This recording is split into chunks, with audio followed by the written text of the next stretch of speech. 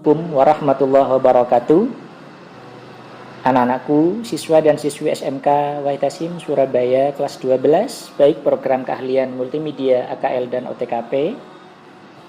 Gimana kabarnya? Mudah-mudahan semuanya diberikan kesehatan oleh Allah Subhanahu wa taala. Anak-anakku, pada kesempatan ini Pak Ubay akan menjelaskan tentang nikah. Karena ini materi yang sangat penting. Setiap orang pasti akan mengalami yang namanya nikah. Oleh karena itu, ikutilah pembelajaran ini dari awal sampai akhir. Anak-anakku, nikah itu sesuatu yang mudah sekali untuk diucapkan, akan tetapi praktiknya amat sangat sulit. Kenapa kok sulit? Karena di dalam menikah itu adalah menyatukan dua karakter yang berbeda, menyatukan dua perilaku yang berbeda antara suami dan istri. Nah, inilah kemudian yang menjadi berat, bagaimana caranya bagi setiap orang untuk bisa mengkondisikan, mengakomodir dari dua karakter yang berbeda ini dijadikan satu agar supaya keluarga yang dibangun itu menjadi keluarga yang sakinah, mawaddah, warahmah. Baik, kita urut satu persatu. Nikah. Nikah itu didefinisikan oleh beberapa ulama adalah ikatan lahir batin antara seorang laki-laki dengan seorang perempuan untuk hidup bersama sebagai suami istri, sesuai dengan syarat rukun yang telah ditentukan di dalam agama Islam. Jadi nikah itu adalah al-aqdu, ikatan. Dan ikatan itu tidak hanya luarnya saja, tapi ikatan lahir batin. Makanya ketika orang sudah menikah, semuanya itu dihalalkan oleh Allah Subhanahu wa taala. Lalu kalau sudah mengerti nikah itu apa, ada beberapa hukum di dalam pernikahan. Nikah itu dibagi menjadi 5 hukumnya. Yang pertama, jaiz atau boleh. Dan hukum nikah yang jaiz ini memang merupakan hukum asal dari pernikahan. Lalu kemudian yang kedua, hukum dari nikah adalah sunnah. Bagi siapa nikah itu disunnahkan? Maka tentu bagi orang yang mampu menikah dan tidak dikhawatirkan terjerumus pada perbuatan zina, karena orang tersebut masih mampu untuk menjaga dirinya. Maka bagi seorang laki-laki yang mampu menikah, seandainya tidak menikah, tidak terjerumus kepada perbuatan maksiat atau zina, maka orang tersebut sunnah hukumnya untuk menikah. Lalu kemudian, hukum yang ketiga daripada nikah adalah wajib. Bagi siapa nikah ini yang diwajibkan oleh Allah dan juga oleh Rasulullah SAW, yaitu bagi orang yang ingin menikah, memiliki kemampuan untuk menikah, dan seandainya tidak menikah orang tersebut khawatir terjerumus kepada perbuatan zina, maka orang seperti itu hukumnya wajib untuk menikah. Daripada melakukan perbuatan zina, ya langsung aja melakukan nikah. Misalnya sudah kebelet sekali mau menikah, malah justru dibuat jajan di luar, lebih baik nikah saja. Yang penting orang tersebut sudah mampu untuk menikah, dan kemudian niatnya tidak main-main untuk melakukan pernikahan dengan seorang perempuan. Lalu kemudian anak-anakku yang ketiga, hukum daripada nikah yaitu makruh. Bagi siapa nikah itu yang dimakruhkan? Yaitu bagi orang-orang yang ingin menikah tapi belum mampu memberi nafkah terhadap istrinya dan anaknya. Jadi orang yang belum mampu untuk menikah, tidak memiliki nafkah untuk diberikan kepada istrinya, kepada anak-anaknya, hukum menikahnya itu adalah makruh. Oh Pak, saya punya cinta, ya makan itu cinta. Istrinya dikasih makan cinta, ya mati lama-lama. Maka karena itu, di dalam hukum Islam, ada hukum nikah itu yang makruh bagi seorang laki-laki yang belum memiliki penghasilan, belum mampu memberikan nafkah kepada anak dan istrinya. Pak, mertua saya kaya. Jangan andalin mertuanya. Yang menikah itu adalah dirinya sendiri. Jangan kemudian nafkah itu dibebankan kepada orang tuanya atau kepada mertuanya. Nah, karena itu sebelum menikah, pastikan sudah bekerja, sudah memiliki penghasilan untuk diberikan kepada istri dan anaknya. Lalu kemudian yang kelima, hukum daripada nikah haram. Kapan nikah itu diharamkan?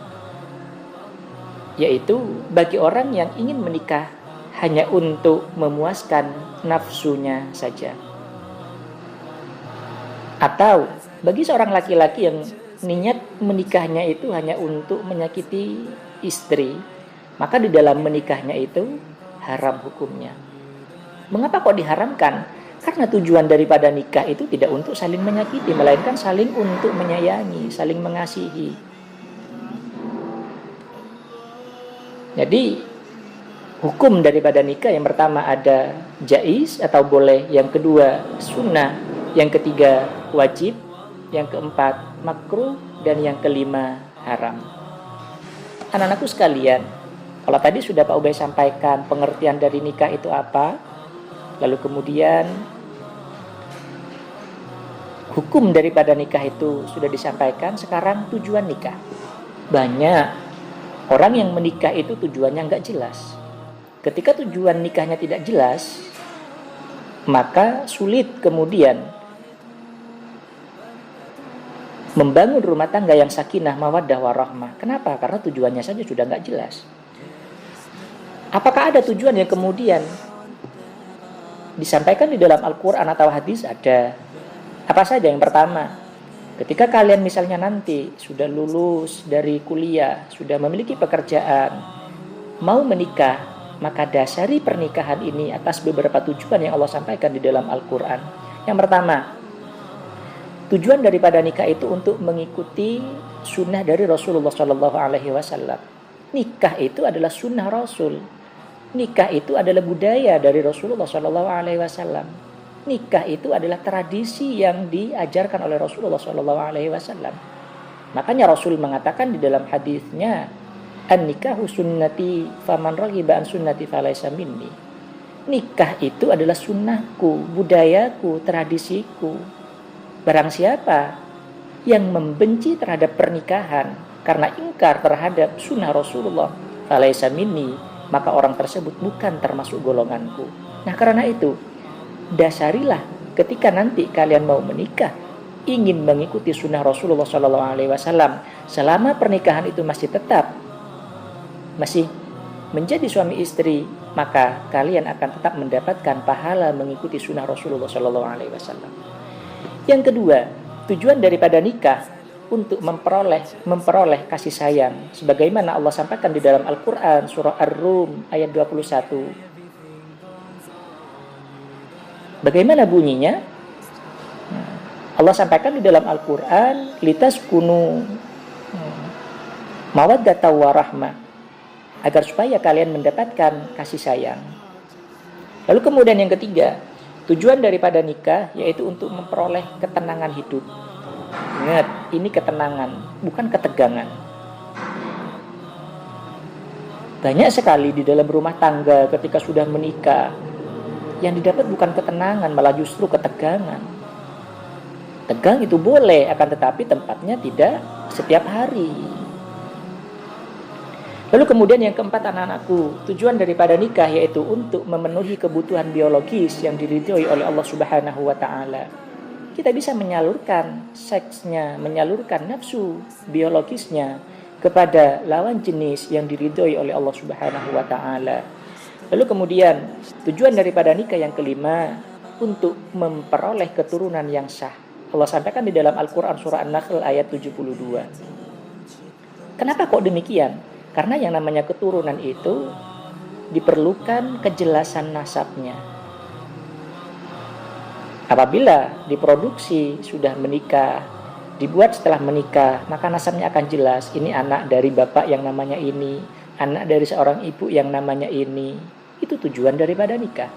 Yang keenam, anak-anakku, Tujuan daripada nikah untuk memperoleh keluarga yang bahagia dunia akhirat. Ingat, pasangan, suami, istri itu tidak berhenti hanya sampai di dunia saja. Bukan berarti ketika sudah meninggal akan sendiri-sendiri, tidak.